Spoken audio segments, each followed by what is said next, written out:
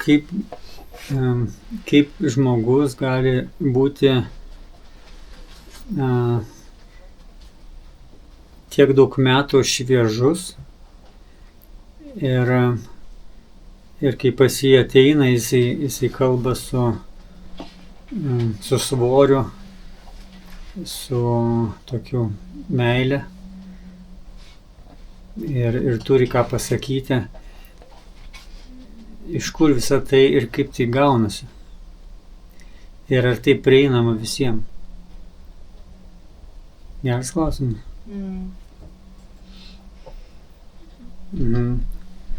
Ja, aš apie tai galvoju jau nuo ketvirtadienio. Mes su Aliona po grupelės pas Deividą truputį apie tai kalbėjom. Aliona paklausė, kaip galėjo mokiniai, Jėzus mokiniai, ten Petras, ten Jonas, kaip jie galėjo prieiti prie šventyklos durų, sutikti vargšą ir pasakyti, aš neturiu tau pinigų, bet viską, ką turiu, tau duosiu, taigi kelkis ir būk išgydytas. Ir jis atsikėlė ir buvo išgydytas. Ir kaip tie mokiniai gali tai padaryti? Kas jų žodžiuose yra kitokio negu mūsų žodžiuose? Kodėl jiems tai įmanoma, o mes galvojame, kad aš net matęs nesu. Ne? Nieks aplinkui taip negali, o tenai jie gali, tie mokiniai. Kaip Dievas ten, ką jiem ten davė, kažkokią lazdelę stebuklingą, ne? Užsikišė į laiką, nieks nežino, ja, visi žodžiai stebuklingi. Ja, ir aš galbūt truputį apie tai pasidalinsiu dabar. Viena iš eilučių yra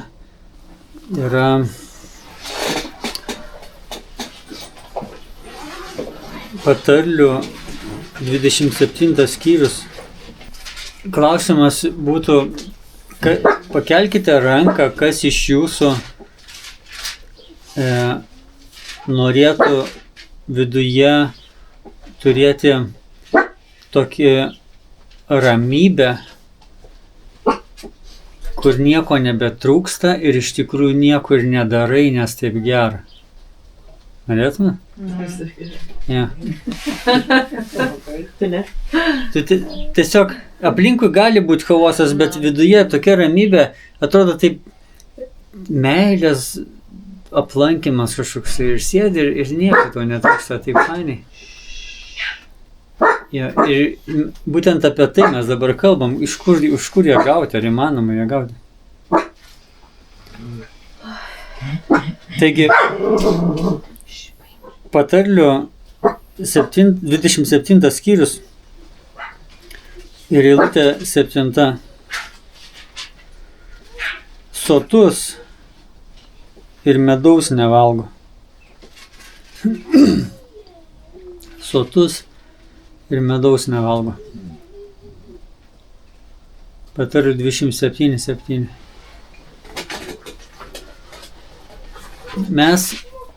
Ko mes skiriamės nuo apaštalų, kurie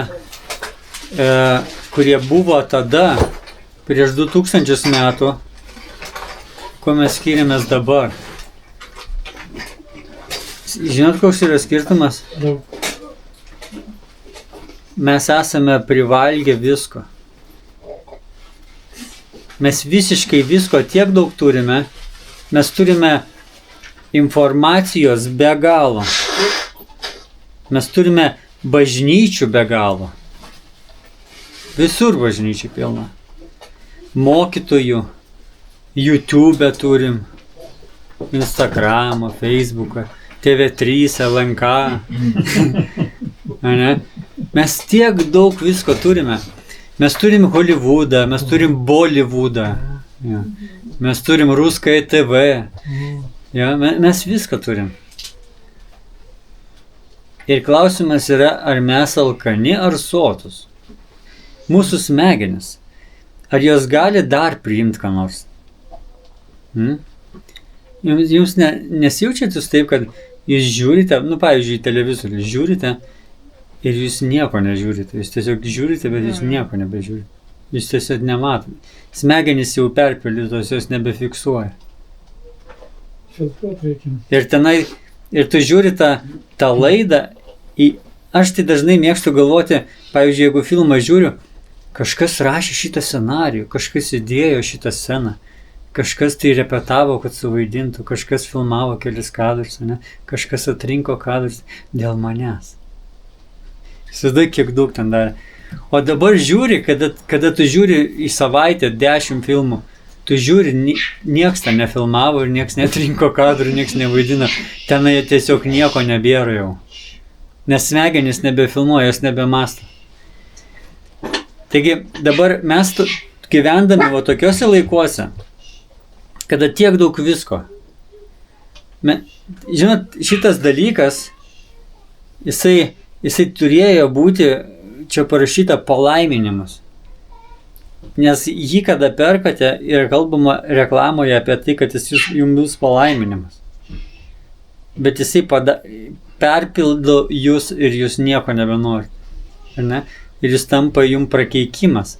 Žinot, kodėl prakeikimas? Nes mes ateiname tada pas Dievą ir Dievas yra saldus kaip medus,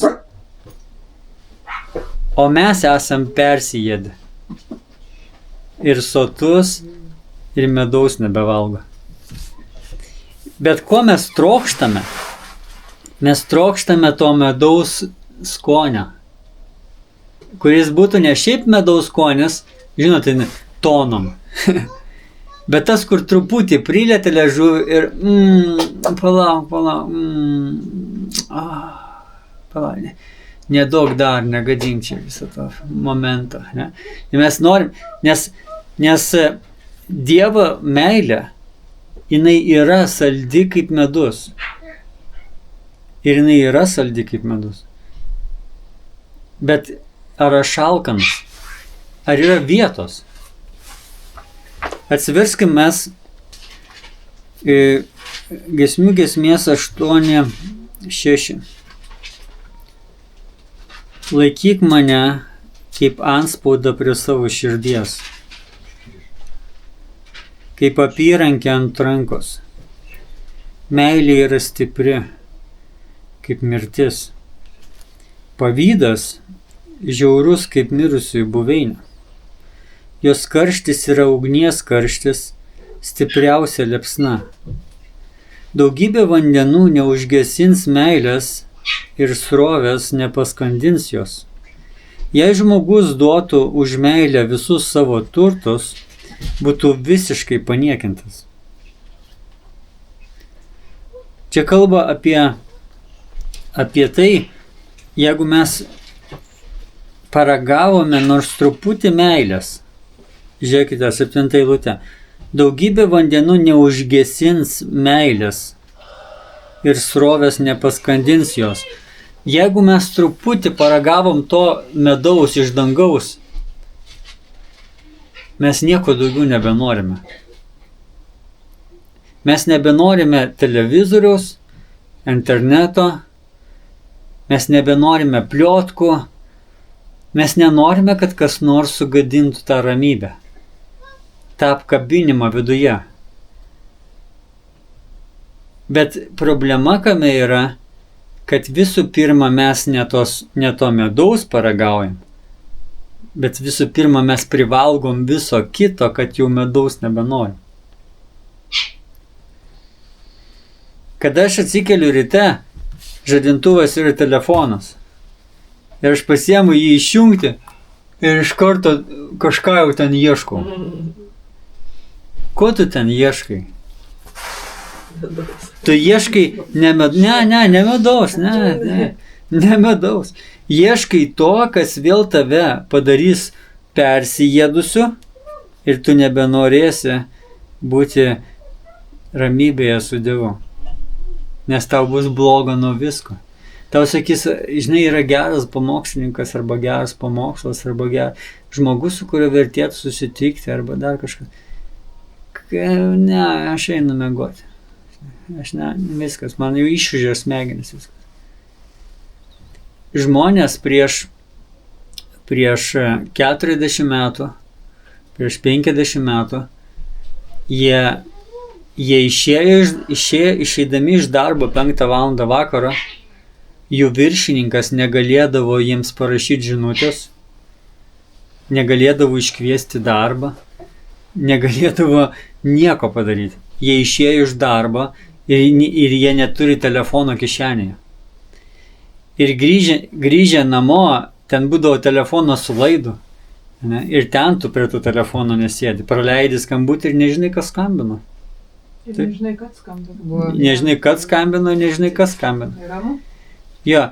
Ir tu grįžęs namo, tu turi laiko skaityti knygą, tu turi laiko su vaiku eit pasivaikščioti, ne, ar su žmona eit pasivaikščioti.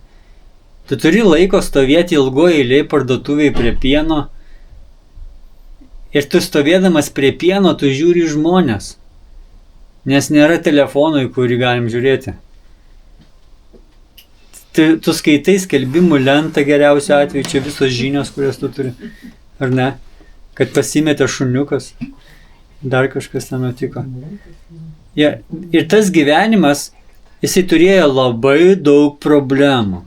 Ten reikėdavo skalbinius virti katilę, nes nebuvo skalbenkis. Teisingai? Ten reikėjo eiti į banką, išsiimti pinigų ir stovėti eilėj. Ir paskui ten tos pinigus reikėdavo saugot kažkur, nes nėra ten kažkokio bankininkystės. Viskas ant tiek kitai buvo. Nebuvo kompiuterių, jums reikėjo receptų knygelės, iš kurias išplėždavo lapelę, ne? Ja. Kaip? Sąsienį reikėjo, kur rašo receptus kaiminkai iš kaiminko. Jo. Tiek daug visko buvo kitaip ir tai buvo labai sunku. Dabar palengvintas gyvenimas. Bet tas palengvintas gyvenimas turėjo mums duoti laiko. Kai tu skalbenkiai paspaudi mygtuką, ten turėtų skalbti automatiškai ir tu turėtum turėti laisvą laiką. Bet tu neturi laisvą laiką. Apgaulė kažkokia. Už tave mikrobangė viską daro. Ne? Kompiuteriai visokie gamina valgyti. Tiek daug laiko turėtų būti. Mes turime kiekvienas po mašiną. Nereikėjo dabar nei arklio šerti, nei arklio prižiūrėti, mėšlo valyti, ne? Kinkyti nereikia. Sėdi į mašiną ir pavažiuoji. Nereik džiovinti savo apsiausto dėl to, kad mašina su stogu buvo. Tiek daug viskas yra kitaip, kur mums turėtų likti laiko. O mes nedamiegam naktį, nes nėra laiko. Mes esame ant tiek nuvargę, nes nėra laiko. Kodėl? Todėl, kad dar sykį, ta meilė, kurią Dievas mums turi, jos reikia labai nedaug, kad tu pagaliau sustotum ir tau užtektų nieko daugiau nebedaryti. Ir tos meilės reikia labai nedaug, bet reikia pradėti nuo jos. Ir daugiau nieko kito neužgožtant viršus. Ja, tai, ką aš jums pasakoju, kaip aš gyvenu. Aš perklausau pamokslą ir paskui 2 dienas nieko neklausau, nes aš nenoriu jo prarasti. Aš galvoju apie jį. Ir aš nežiūriu, aš neturiu televizijos iš tikrųjų. Televizorių turiu, nes man atidavė, bet televizijos neturiu. Aš nežiūriu filmų. Vieną filmą per savaitę pažiūriu dėl to, kad vaikai žiūri. Mes turim penktadienis vaikų tokio žiūrėjimo filmo vakar. Bet aš nežiūrėčiau turbūt ir to vieną. Nes aš noriu pabūti toj ramybėj. Tai aš vadinu intimumu. Tokiu artimu buvimu su Dievu. Ir noriu būti šviežus tame.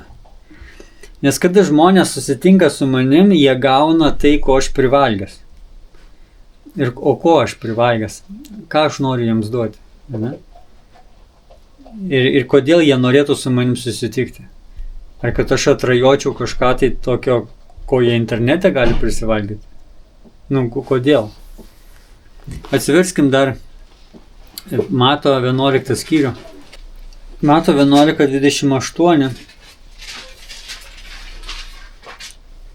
Sako, ateikite pas mane visi, kurie vargstate ir esate prislėgti, ir aš jūs atgaivinsiu.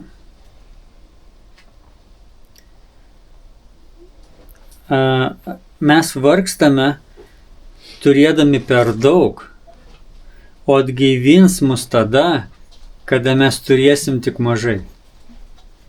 Mes ateisime pas jį ir viskas. Tu ateisi pas jį, neatsineždamas telefoną, neatsineždamas Hollywoodo, neatsineždamas pliotko, tu ateisi pas jį ir bus ten tik tu ir jis. Ir va tada jis jį atgaivins. Ir mes dažnai bandome užkišti tą didelę bedugnę mūsų viduje, kuri alkana to tokio pagaliau užsipildysi tu ar ne? Tokio. Ir mes norim jį užpildyti, bet nėra pasaulyje nieko, kas galėtų užpildyti. Įskyrus tą, kuris tą bedugnę sukūrė. Ir kiek reikia mums Dievo meilės, kad tą bedugnę užpildyti? Labai nedaug. Kiek jums reikia medaus, kad būtų skanu? Net šaukštelis yra per daug. Taip? Ant liežuvio uždėk ir jau viskas gerai. Taigi Dievo meilė yra tiek nedaug. Ir jeigu tu nori būti pateptas, jeigu tu nori būti nuramintas, palaimintas, jeigu tu nori būti dvasios vedamas, tai vienas dalykas, kas turbūt vienintelis, kas mums trūksta, tai nustoti viską ėsti. Viską iš eilės ėsti. Visą tą informaciją. Visą tai, ką siūlo mums. Nes tai mus nuvargina. Ir Jėzaus mokiniai, jie neturėjo televizoriaus. Jie nevaikščiojo į spektaklius. Vienintelis spektaklis ir vienintelis filmas, kokį jie buvo matę, tai Jėzus, kuris atėjo ir rodė tai, ko gyvenime jie nebuvo matę. Ir jeigu jums, įsivaizduokite, jūs dabar per visą savo gyvenimą jūs matėte tik vieną filmą. Ir tame filme buvo išgydymai, buvo stebuklai ir buvo pasakyta, kad tai tikra. Ir taip pat buvo pasakyta, kad jūs galite daryti tiek ir dar daugiau. Tai buvo vienintelis filmas, kur tu matei. Viskas. Visa kita, tai tu, sodinai rugius, kviečius, maliai, ten miltus darai, blynus kepiai. Daugiau nieko tu nežinai. Žvejoji, ne? Ir vienintelis filmas, vienintelis Hollywoodas buvo, kai paėmė neregį išgydė, lošas pradėjo vaikščioti, vandeniu Jėzus ėjo. Vienintelis filmas. Ir dabar filmas baigėsi. Viskas, Jėzus iškeliavo. Ir tau pasakyta, kad tu gali tai ir dar daugiau. Kokią tu turi viduje, kokį tyrą, nesuterštą, neužgrūzintą pajėgumą tai daryti. Tugi neturi daugiau jokio filmo, kurį esi matęs. Neturi jokio priešingo filmo. Ir tau pasakė, tu gali tai daryti. Ir tada tu, žinot, gerą filmą, kai pažiūri, kas būna. Neiškrenta iš galvos ilgą laiką. Arba tol, kol kito nepažiūrėjai. Jo, todėl gerai nežiūrėti filmą kito, kol jisai dar galvoja. Ir Jėzus išėjo į dangų, ir jie liko, ir jie tai buvo apsėsti to filmo. Ir todėl jie nuėjo prie šventyklos ir sako, aš neturiu aukso ir sidabro, bet viską, ką turiu, tau galiu duoti. Jėzus pasakė, kad aš galiu tai duoti. Todėl stokis ir reik. Visi atsistojo ir išėjo. Ir visi galvoju, kas čia dabar? Ir tu sakai, aš mačiau filmą, aš buvau filme, aš esu filmas.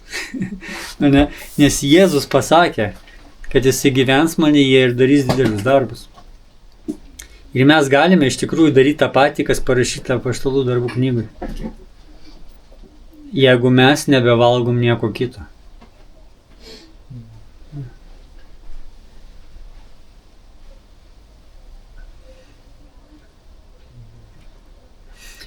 Kaip dėl to, kad mes valgom tik tai, kas krikščioniška? Tai būtų tas pats, kas valgytum tik medų, bet per daug. Taip? Klausau muziką krikščionišką be sustojimo, žiūriu filmus krikščioniškus tik tai, klausau pamokslus, bet aš valgau per daug. O kai per daug reiškia nieko. Visiškai nieko. Bet kada pasiemi vieną ir brangini, aš savo vaikams neperku niekada žaislų, žinot kodėl? Nes jie lygų šiukšliam po lovą. Ir aš jas turiu traukti.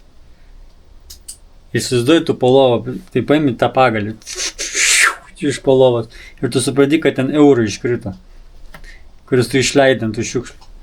Ir sakai, surinkit ir į konteinerį. Kodėl?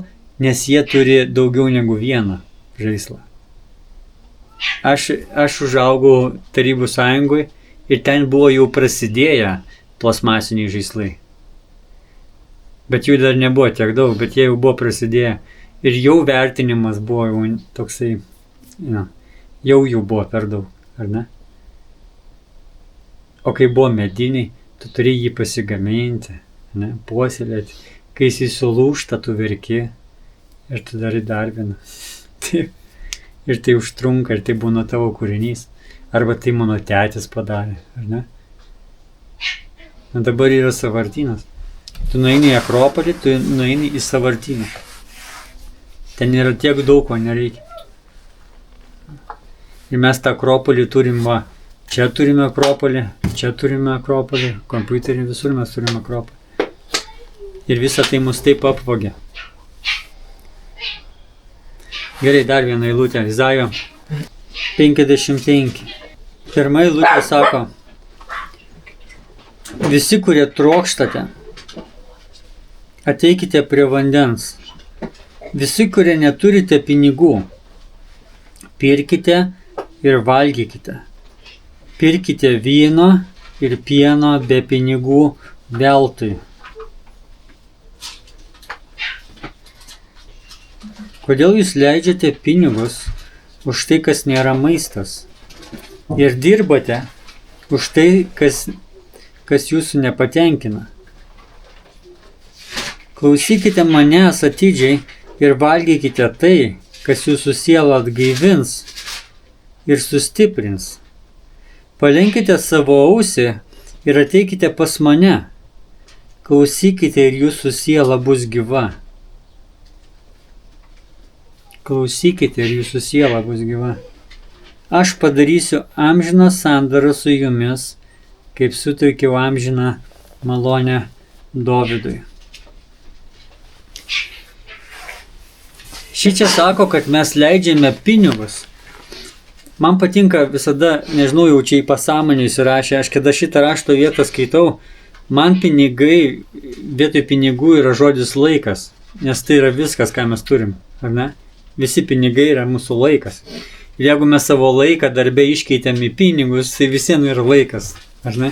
Ir jeigu jūs kažką nusiperkat už 100 eurų, ne, jūs iš tikrųjų nusiperkat už, nežinau, 4 dienas darbe.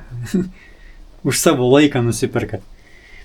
Ir čia sako, kad kodėl jūs, antra eilutė, leidžiate pinigus už tai, kas nėra maistas.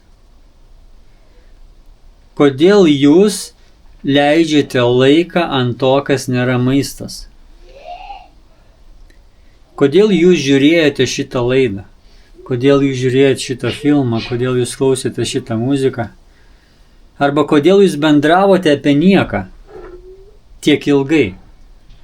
Kodėl jūs ginčiotės dėl to, ant kiek kūras pabrango ir kas bus po to, kai dar pabrangs? Kodėl? Ar tai pamaitino tave, ar tai pamaitino jį? Kodėl? Kodėl jūs pykotės? Kodėl jūs ginčiotės? Kodėl jūs leidot savo laiką ten, kur nėra maistas? Visa tai, ką aš dabar vardinu, visa tai atima intimumą tarp manęs ir Dievo. tą medaus saldumą ant mano liežuvio galo. Ir tą džiaugsmo akimirką sugadina. Užgožia su visu to triukšmu. Taigi jūs dirbote už tai, kas jūsų nepatenkina. Klausykite manęs atidžiai ir valgykite tai, kas jūsų sielą atgaivins ir sustiprins.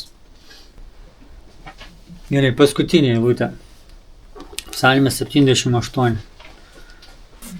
Aš rekomenduočiau jums pagyventi 3 psalmėse. Psalmė 105, Psalmė 103 ir Psalmė 78. Tos visos 3 psalmės, jos turi vieną raktinį žodį.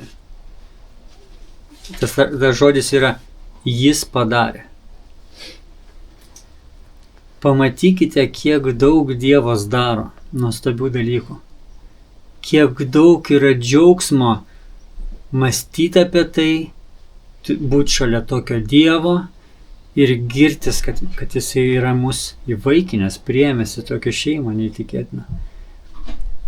Tiek daug jisai yra padaręs Juozapui, tiek daug padaręs Dovydui, tiek daug padaręs Mozei, tiek daug padaręs tau.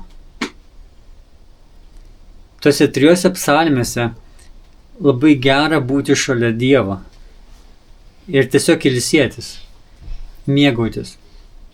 Tenai nėra pasakyta daryk, ten yra pasakyta jis padarė. Psalmė 78 ir eilutė 32. Nepaisant viso to, ką jis yra padaręs. Nepaisant viso to, jie ir toliau nuodėmiavo, netikėdami Dievo stebuklais. Gerai. Nepaisant viso to, ką Dievas daro kiekvieną dieną dėl tavęs. Ar tu tiki, kad jisai gali pasakyti tau vieną eilutę ir tai pateks į tavo širdį ir stebuklingai tave pripildys ir išgydys? Ar tu tiki? Ar tiki, kad psalmė 107:20 jis siuntė savo žodį, kad pagydyti tave ir tai gali pagydyti? Tai gali pagydyti nuo skubėjimo, tai gali pagydyti nuo nerimo, tai gali pagydyti nuo beprasmybės, tai gali pagydyti Dievo žodžio viena eilutė. Ir paimti vieną Biblijos eilutę per dieną ir tiesiog su jie gyventi ir jie mėgautis ir jie džiaugtis.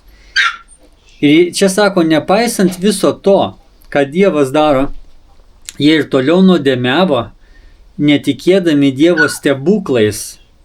Ir kada tu netiki Dievo stebuklais, tu neėmi Dievo stebuklo, neėmi eilučių. Ir sekantį eilutę sako, jie leido dienas tuštybėje. Ir galiausiai savo metus baimiai. Mes naudojame socialiniais tinklais, todėl kad netikim, kad Biblijos eilutė yra žymiai brangesnė už šitą telefoną. Tik todėl mes tenai esame.